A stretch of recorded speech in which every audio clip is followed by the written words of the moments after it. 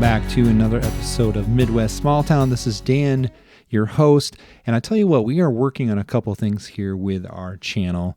We are working on trying to get this on Spotify. Again, we had a little snafu, but we'll work on that because we'll be doing this course on YouTube. Here's the other thing, right? We know that YouTube is mainly video, so another thing we're going to be working on is getting a couple cameras set up so you can see me as I'm podcasting away. So YouTube podcast, even though we have just this little sign of the Midwest Small Town signage, of course, on front with a little wavy deal, we're going to work on that so we can have the video up for our podcast as well. Now, this podcast for which Midwest Small Town will be in conjunction with the video portion of what we're doing on our YouTube channel. So, or I should say, a supplement, right? So we will have the podcast going right beside the videos as well, so you can hear a little bit about some of the places that we go. Now, a little background about Midwest Small Town. We were formerly the channel Country Pilgrim. So some of the videos that you might see if you're wandering around looking, like who is Midwest Small Town? And you might see some old videos and it says Country Pilgrim, and that might be a little confusing. So we don't want to be confusing. We have been around for a while, always covering the Midwest as our staple ground, right? So what is the Midwest? Okay, so that's a good one, right? 12 states. If we go right down, coming from the west, working our way east, we've got North Dakota, South Dakota, Nebraska, Kansas, and then as we go to the central states, we got Minnesota, Iowa, Missouri, and then up to Wisconsin, down to Illinois. And of course, as we go even further to the east, we have Indiana, Michigan, and Ohio. Now, I make this controversial statement quite a bit that I loved to include Kentucky in this, because if you look at the map, right, Kentucky goes about as south as Missouri, and it goes about as far east as Ohio. So why wouldn't Kentucky be part of that? Now, true people who are from Kentucky might get uptight by that and say, we're not part of the Midwest, we're the South, right? So maybe I will, maybe I won't, but for now, we are covering the 12 states that I just previously mentioned. Now, Midwest Small Town came from Country Pilgrim, so I joke around quite a bit on my podcast, and even my videos, you might hear me say the art is formerly known as Country Pilgrim. Well, I'm Dan, and I am Midwest Small Town now. Now, here's why the channel shifted, if you will. I started working with a bunch of economic development people with smaller counties and smaller towns, and doing some writings on a blog. So I used to do blogging. Now I do not do blogging anymore. I've shifted all to podcast and video. That's where my heart is. So that's why we're getting more content in this area. So here's what happened. It splintered, right? We had another channel called Midwest Ghost Town, because I had a heart covering ghost towns. Well, then I noticed that all these small towns were not getting the love that I felt they deserved. I'd be in these little towns of, population of 15, 20, 25, all the way up. There's the argument too, as far as what's a small town, right? All the way up to 50,000. Some people would consider that a city, right?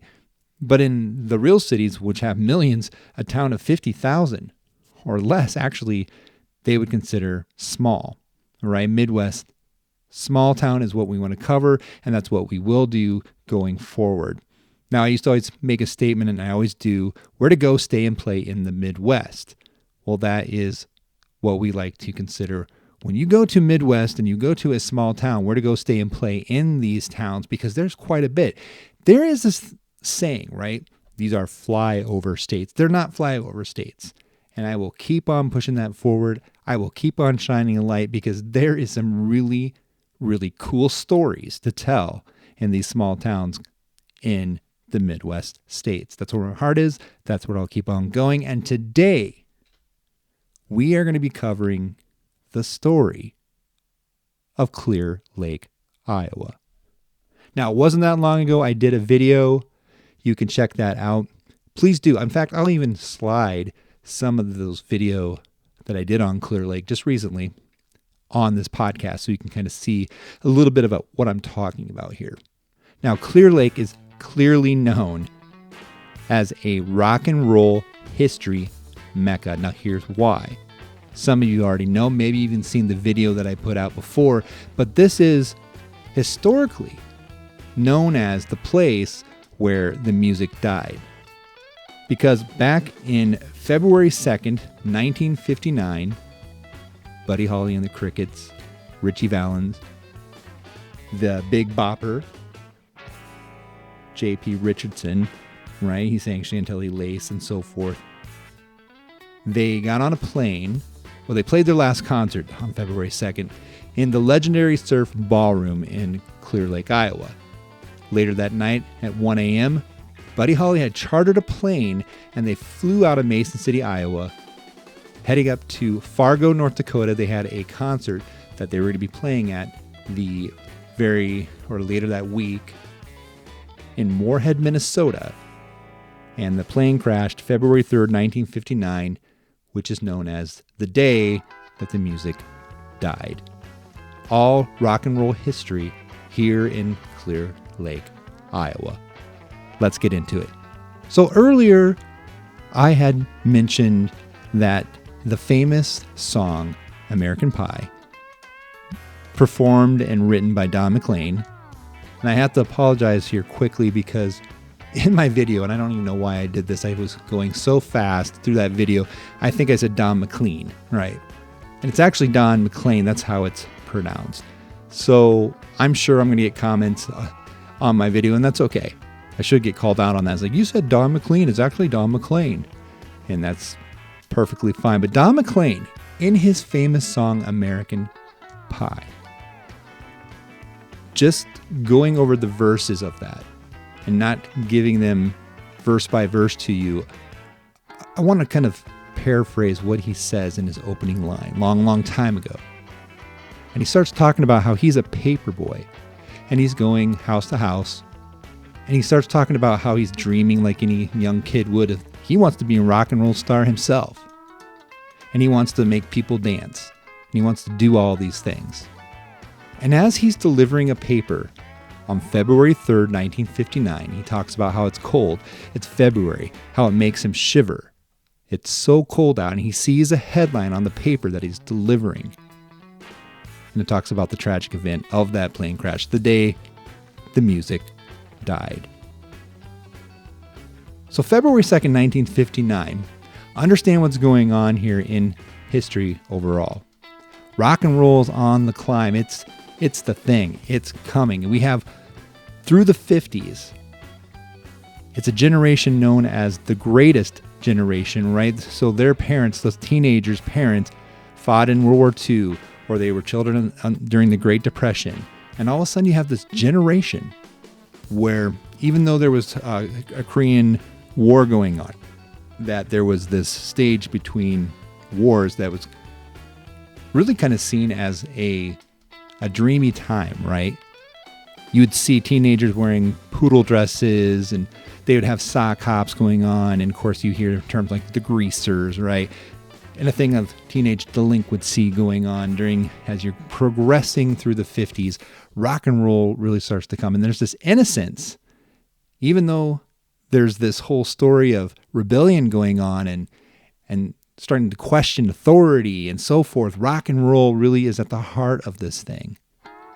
And so the night, February 2nd, 1959, Buddy Holly and the Crickets, the Big Bopper, J.P. Richardson, Ritchie Valens, and there was Frankie Sardo, who was known for his song Fake Out. He was playing on this thing called the Winter Dance Party. All of them were. They were traveling, I want to say it was like 23 cities. Maybe I'm wrong on that, but close to it. Clear Lake was one of the spots. And I don't know who scheduled this time period in January and February for this to happen, but it's cold in the Midwest during this time period. And of course, their bus at the time, the heat wasn't working and they were literally freezing. They were getting sick. They were tired. And so Buddy Holly decides, you know what?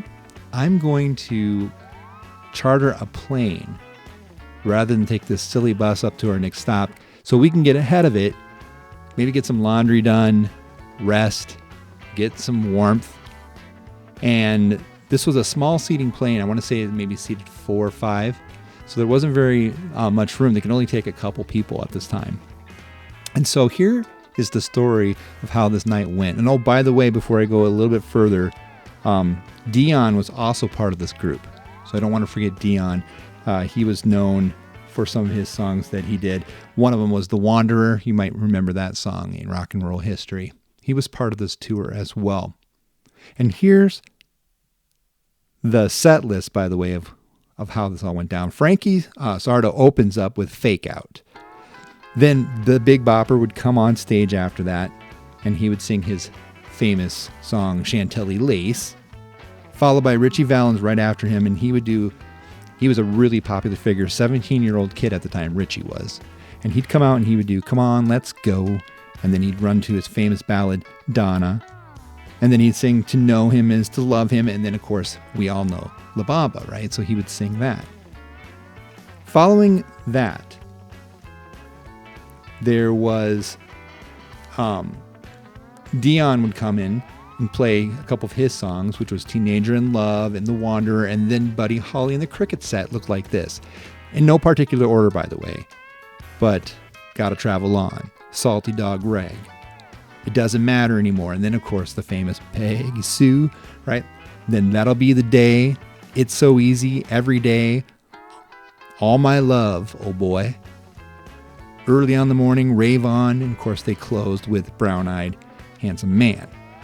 Now here is what's going on behind the scene. Backstage, as this is all going on, and this is a story told by Mason City radio station DJ Bob Hale, and he shares this at the time. Richie Valens, he learns that they got a plane. So he starts begging Tommy Alsop, who was a rockabilly guitarist at the time, who played with the Crickets. So he was not part of the Crickets, but he played with them, particularly in a song, It's So Easy, right? So he has one of the plane seats to go with Buddy. Richie starts begging him to give up his seat. And so Bob Hale, the DJ, says, hey, look, guys, why don't we just flip a coin for it? So they flip a quarter. They didn't have a quarter, so they asked Bob Hale, and he had a quarter. They flipped. Richie calls it, right? He calls heads. And as history would show, it lands heads. Now, while this is all going on and they're flipping for it, Richie, of course, wins the seat. He's pretty pumped about it. Dion is opening with the songs Teenager in Love and The Wanderer. So this is going on stage. And of course, Buddy Holly and the Crickets come in right after him. And to end the night, after they do all their set, Buddy Holly calls out Richie Valens and the Bopper to come out on stage to end the show with Brown Eyed Handsome Man. So they all sing it together. And then as the two of them, Buddy and the Big Bopper, leave the stage, he has Richie end the night with a repeat of his song La Bamba. And the night is over. But before they head to the airport, the Crickets bass player, Waylon Jennings, gives up his seat on the plane to the Big Bopper. The Big Bopper had the flu at the time, and as he gave up his seat, Waylon Jennings infamously says this phrase to him, I hope you crash. Can you imagine? I mean, that's the part of history that's going on here. And where this happens is the Surf Ballroom in Clear Lake, Iowa, which you can come and you can go visit. I made a stop in Clear Lake, Iowa. There was a couple things I wanted to see in this town, and this is a place that you should put on your bucket list. This is a place that you should come and visit. Clear Lake is roughly around 6,000, I believe, in population, so definitely a Midwest small town. You can easily find Clear Lake, Iowa.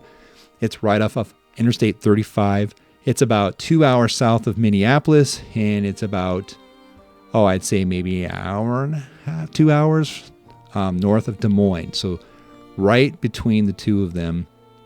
And Clear Lake, of course, is a hot spot in the summer. This is a place that you definitely want to visit for history reasons, right? Like I just said, for Buddy Holly's last concert, and also the crash sites, which I'll get onto next.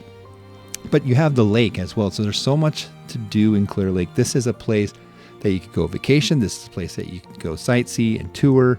And this is Midwest small town at its finest. So let's talk about this. Let's talk about Clear Lake, Iowa, and let's talk about the history, and let's talk about some places that you can go see.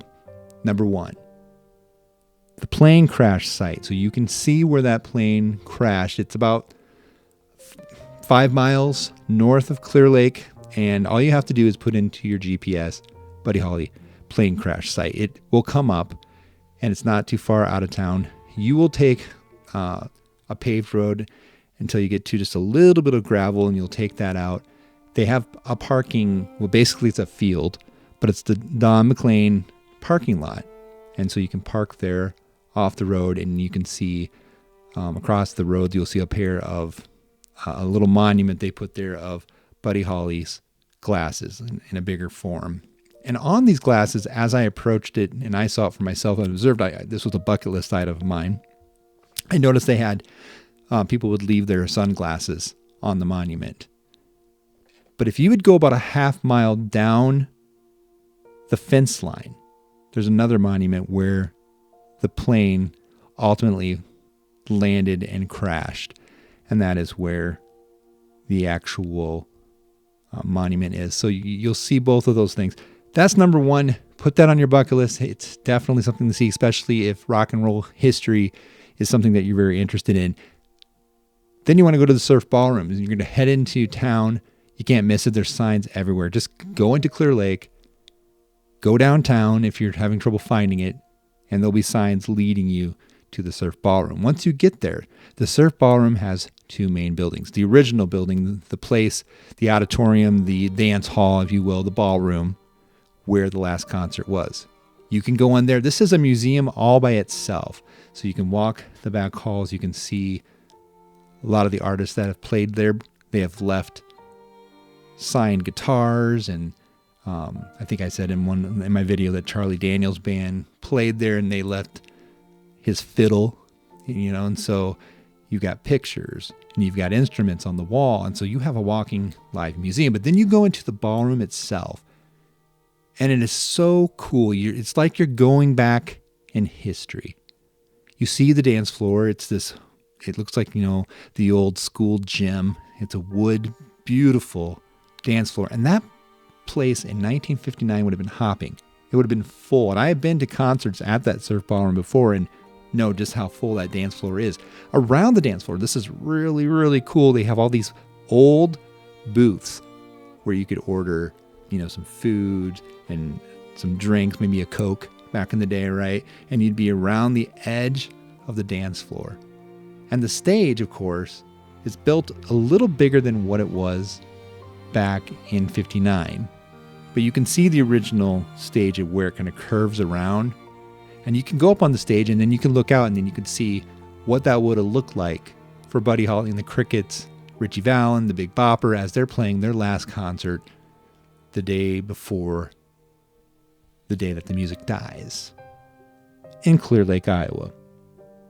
Now, before you leave there, as you're walking around the Surf Ballroom, a couple other things.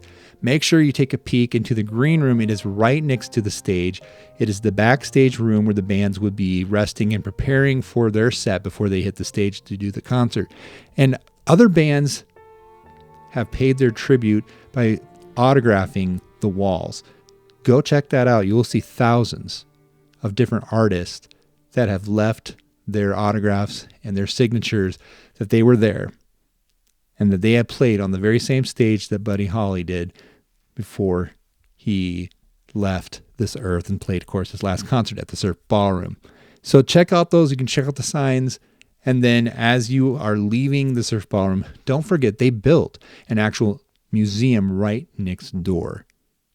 Now, this could change by the time that this comes out, maybe a year or two down the road. If you're listening to this podcast, maybe you'll say, well, you said it's this much money and it was this much money. So it could change. But at the time, you could get a tour for about $20, which I'd recommend because they're going to tell you some stories that I'm obviously missing and you don't want to miss those. But for $5, you can do a self-tour. And so you can get all that information as well. This is something that you definitely want to put on your bucket list. Like I said, go check that out. Now, those are the two historical things that are going on in Clear Lake. There's a couple other things that you could go visit. if you like parks, they have a great state park that's along the lake. And like I said before, the lake is a big draw in the summer for outdoor water sports, boating. They got fishing on the lake. The lake itself is a 7-mile lake. It is 2.5 miles wide. And in terms of size, it's about 3,684 acres. So it's a pretty decent sized lake. Definitely you can do some things on that as well. And there is over 14 miles of paved trails around the lake. You can actually drive around the lake, so you can do that as well. And so there's plenty to do. There is a city beach, so you can go down to the lake from downtown if you want, enjoy it by enjoying the beachfront that they have. You can walk along the shore there. They have a nice sidewalk area.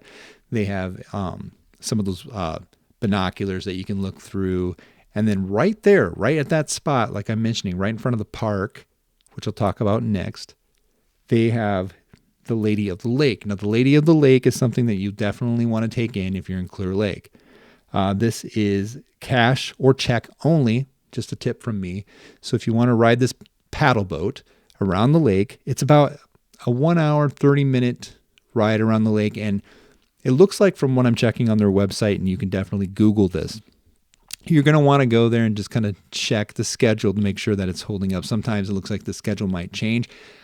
Maybe it stays the same, but it looks like some other comments that people made online that they might have missed riding the lake that it didn't follow. Just call or check their website.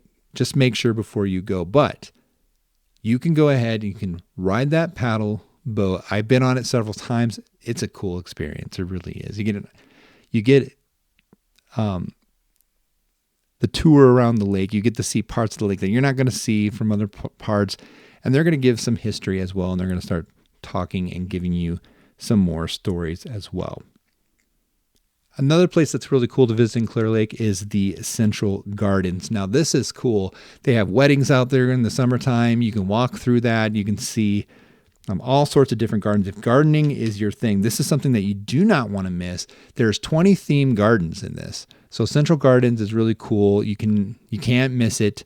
It's easy to find, and you can check that out as well. If coffee is your thing, and I did a video on this, I included it in my video. I stopped at its place downtown, Cabin Coffee, which is a mini franchise in the Midwest. Their original location is downtown Clear Lake. You should check it out. It's pretty cool. It's got the cabin theme, and then there's like this cowboy theme with it. And of course, if you like anything like Caribou Coffee or Starbucks, it's very similar. It's a really cool place. Then they have a craft distillery that you can enjoy. That's a 173-degree craft distillery. Go check that place out. If you like pizza, they have a place called the OP, right? The Other Place. And this is a great place. I love their 4-star pizza. That's one I'll recommend to you. I like their I like their buffalo sauce and their wings. Really good place to eat. And their pizza it's amazing. Just good stuff. And that's called the OP, and that's right on Highway 18, so you can't miss it. Now, Highway 18 goes kind of on the edge there of Clear Lake and connects with I-35. So if you're coming west or east, you're coming on Highway 18. If you're coming north or south, you're probably taking Interstate 35. So that's pretty cool. So you can check out Clear Lake, Iowa. Lots to do there. If you like museums, they have the Clear Lake Fire Museum. That's a cool place as well. And I would recommend that, especially if you like old fire trucks and old firefighting memorabilia. It's all in that museum as well. So lots to do, like I said, in Clear Lake. Check this out. Now, a couple other stories for you, especially for some of you rock and roll music people. I was in Cabin Coffee. I was having a coffee one day. And just to let you know how Clear Lake is with the music scene, right? There is so much connection between our modern day artists, some of our older artists, that this is like a place they want to play. And I'm sitting there having a coffee one day, and I start talking to this gentleman. His name was Kurt Carlson. Now, Kurt Carlson started opening up to me. He said, Are you familiar with the TWA flight 847 that in 1985 it was hijacked right in Beirut? I said, oh yeah, I vaguely remember that. And he's like, well, I was actually one of the hostages on that plane. I'm like, well, that's amazing. He goes, but I have another bigger story. And I go, what's that? He's like, well, my brother is the drummer of Cheap Trick. And I'm like, of course, I was a Cheap Trick fan. I'm like, no way. He goes, yes, wait. My brother is Bunny E. Carlos. Do you know who he is? And I started saying, well, is he the one that, has his hair slicked back and he's kind of playing in a traditional, drumming style. So, he has that side grip and he has like a cigarette usually hanging out of his mouth. He goes, yep, that's Bun. That's my brother. So he was the original, I think he was the original drummer. I'm pretty sure he was out of Cheap Trick. They were out of Rockford, Illinois. Just a really, really cool band through the 70s, and I met him at Cabin Coffee, downtown Clear Lake. Why? He was there because the Surf Ballroom. It's like, well, yeah, been here many times to watch, different concerts and so forth. And of course to watch Cheap Trick because they've been in concert here as well. So I thought that was a really neat story. If you get a chance, like I said before, put Clear Lake, Iowa down on your bucket list. Check it out, Midwest small town that you definitely want to see. Some other things with this channel as we're moving forward, I'm going to try to keep my episodes around 20 minutes, give or take, right? Maybe I'll go over a little bit, maybe a little less. The reason why I don't want to go too long on this, I want to kind of keep this short and sweet, and I want to keep it to point, and I want to really use this as a supplement to what I'm doing with my videos. So I'll talk about some of my videos that I've done, maybe some other things that I have coming up. If you've got questions, you can certainly reach out to me, and you can drop a comment on my video pages and try to answer them as well. Questions, comments, it's all conversation. We look at our page or our channel really as something for everybody. We look at it as a community. So we love hearing from all of you. Drop us a line if you will. And as we always say here at Midwest Small Town, go small, come home. This is Midwest Small Town.